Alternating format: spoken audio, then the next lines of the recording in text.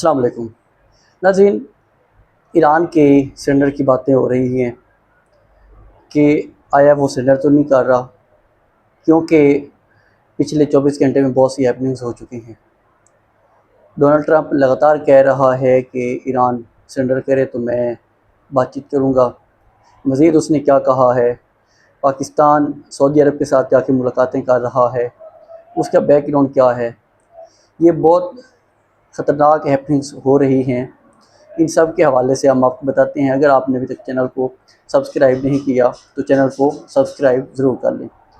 हम आते हैं डिटेल की तरफ।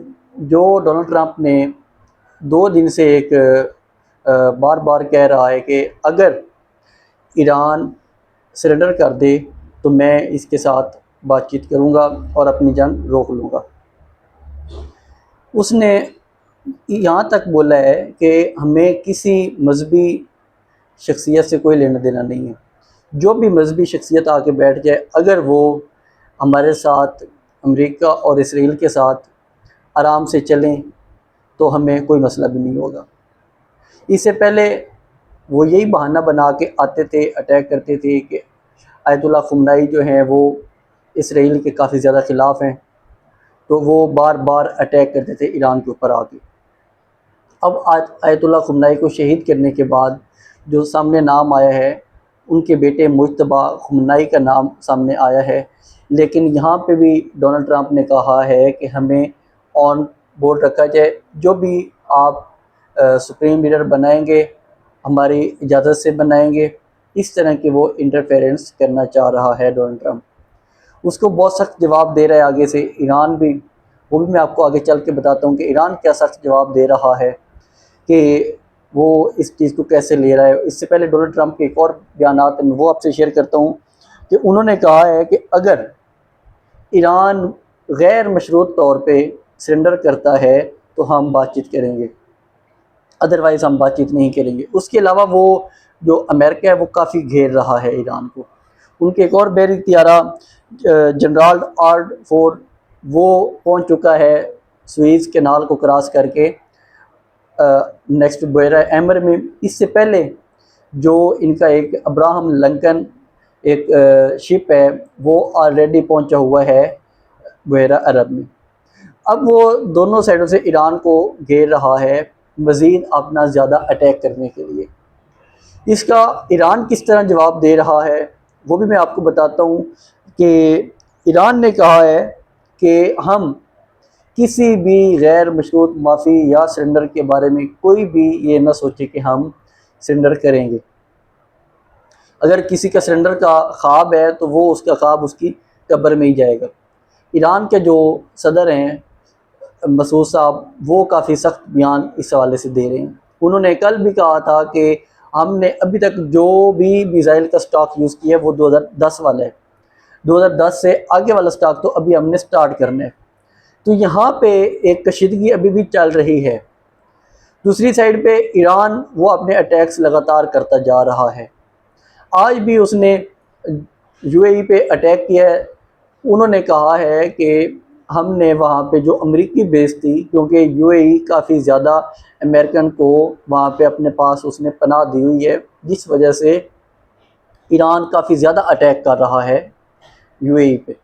आज जब यूएई के एयरपोर्ट पे अटैक किया तो उस वक्त जो खबर आ रही है वो ये है कि वहाँ से जो अमेरिकन फोर्सेस थी वो उस वक्त उस एयरपोर्ट के ऊपर मौजूद थी। इस वजह से उन्होंने अटैक किया उनके एयरपोर्ट पे। तो उसके अलावा जो उन्होंने मज़ीद बयान दिया है ईरान की तरफ से, एक हैरान कुन तौर पे बात सामने आई है, जहाँ से ये तस्वुर किया जा रहा है कि आया ईरान सरेंडर की तरफ तो नहीं जा रहा। वो इस तरह के ईरान ने कहा है कि हम किसी भी जो भी मिडल ईस्ट में अरब ममालिक हैं उनके ऊपर मज़ीद अटैक नहीं करेंगे। हम ना उनके मुल्क में अब अटैक करने के लिए जाएंगे, ना कोई मिसाइल हमारा वहाँ पे जाएगा, ना कोई ड्रोन अटैक करेंगे हम लोग। हम वहाँ पे अब सऊदीया, कुवैत, कतर, ओमान, इन ममालिक में उन्होंने कहा कि हम अब कोई भी अटैक, मिसाइल अटैक या ड्रोन अटैक नहीं करेंगे। यहाँ से एक और जो डॉट कनेक्ट होता है कि अगर उन्होंने यहाँ पे अटैक उन्होंने बोला, क्योंकि यहाँ पे जो बेसेस हैं वो सिर्फ अमेरिका की हैं, इसराइल की यहाँ पे बेसेस नहीं हैं। वो इस वजह से हो सकता है कि उनका कहना है हो कि हम इसराइल पे तो अटैक करेंगे, लेकिन अब अमेरिका की बेसिस पे या जो खलीजी ममालिक हैं उनके ऊपर अटैक नहीं करेंगे। मशरक़ वस्ता के उन्होंने कहा है कि हम कोई अटैक नहीं करने वाले।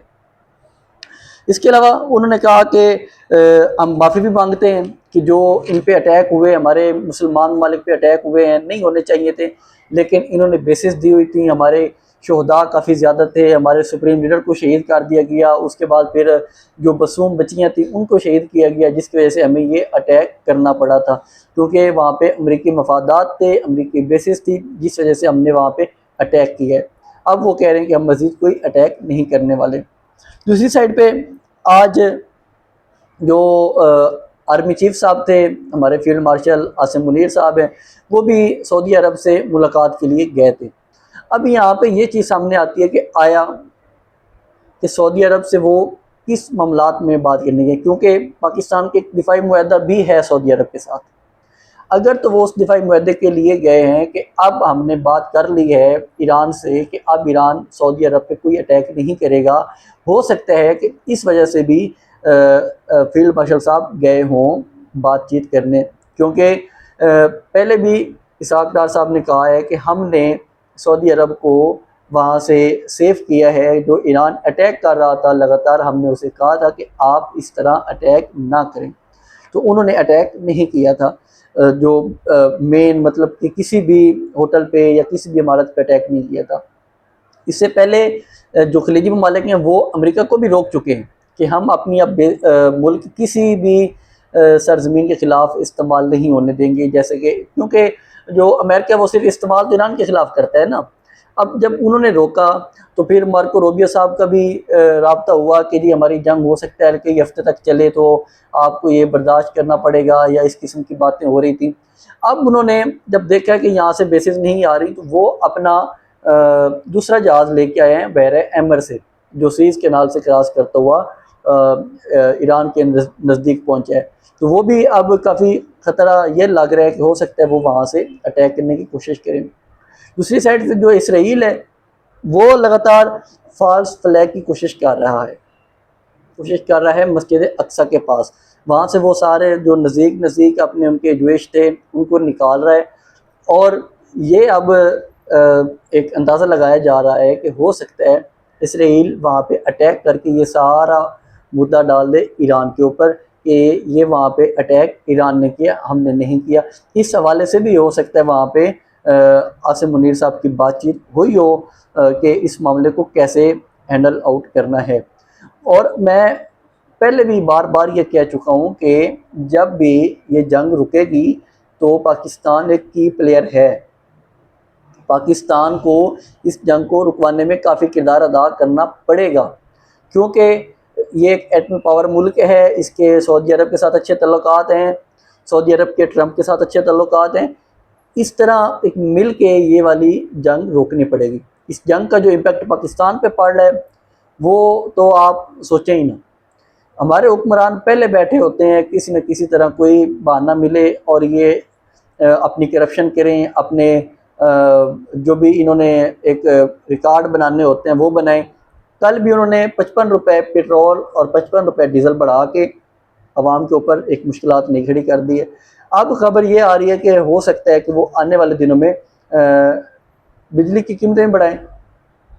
हमारे हुक्मरान पहले इसी चीज़ में बैठे होते हैं, क्योंकि जब ये वाला काम करते हैं बड़े बड़े पेट्रोल पंप्स और बड़े बड़े बिजली घर वो इनके ही हैं। जब ये चीज़ें महंगी होंगी तो इनको ऑटोमेटिकली फ़ायदा होना है। अब जब इनको पता था कि ये वाली जंग होगी तो हमारे मुल्क को नुकसान होगा, तो इन्होंने क्यों नहीं रुकवाई शुरू से, या क्यों नहीं स्टॉक किया। अगर इनका इतना अगर ये हिकमत अमली अच्छी हो, लेकिन नहीं, इन्हें कोई परवाह नहीं है अवाम की, इन्होंने ये हरकतें करनी होती हैं। दूसरी साइड पे जो अमेरिका है वो ये अपना इसका फ़ायदा उठा रहा है कि जंग का वो अपना असला भी बेच रहा है इसराइल को। कल भी उन्होंने काफ़ी ज़्यादा असला बेचा है। पाकिस्तान की सूरत हाल बताऊँ तो आज पाकिस्तान में एक फिर बाटा रेट सज़ाएँ सुनाई गई हैं। 9 मई के फजूल से केस कोई था आर्य बाज़ार का, उसमें 10-10 साल की सज़ाएँ सुना दी हैं जी, थोक रेट पे सज़ाएँ चल रही हैं। 47 मुलजमान को 10-10 साल की सज़ा सुनाई गई है। ये पाकिस्तान का हाल है। एक ही लिखते हैं और फैसला लिखा और सारी सज़ाएँ इकट्ठी सुना दी। शहबाज गिल साहब वो बैठे हुए थे, उनके ऊपर भी केस टाल दिया जी, 10 साल सज़ा उनके ऊपर भी हो गई है। खैर पाकिस्तान है, यहाँ पे कुछ भी हो सकता है। मुझे इजाज़त दें, चैनल को सब्सक्राइब ज़रूर करें। अल्लाह हाफ़िज़।